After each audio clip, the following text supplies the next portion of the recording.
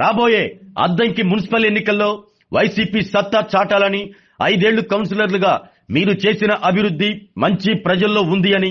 ఇది కేవలం కౌన్సిలర్ల వీడ్కోలు సభ మాత్రమే కాదు అని, రాబోయే మున్సిపల్ ఎన్నికలకు సన్నద్దమయ్యే సభ అని, అధికార టీడీపీ పార్టీని ఓడించి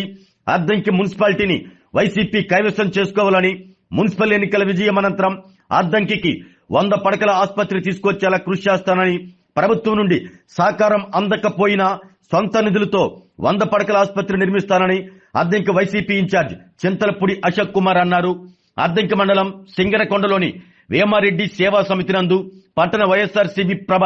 16 రోజుల పండగ ముగింపు మరియు వైఎస్ఆర్సీపీ మున్సిపల్ కౌన్సిలర్ల సన్మాన కార్యక్రమానికి ముఖ్య అతిథిగా అద్దంకి నియోజకవర్గ వైసీపీ ఇన్ఛార్జ్ చింతలపూడి అశోక్ కుమార్ హాజరై మాట్లాడారు. ఈ కార్యక్రమంలో పట్టణ పార్టీ అధ్యక్షులు, మండల పార్టీ కన్వీనర్లు, మున్సిపల్ వైస్ చైర్మన్లు, పట్టణ పార్టీ కౌన్సిలర్లు, వార్డు ఇన్ఛార్జీలు, కోఆప్షన్ సభ్యులు, వివిధ హోదాల్లో ఉన్న వైసీపీ నాయకులు, కార్యకర్తలు పాల్గొన్నారు.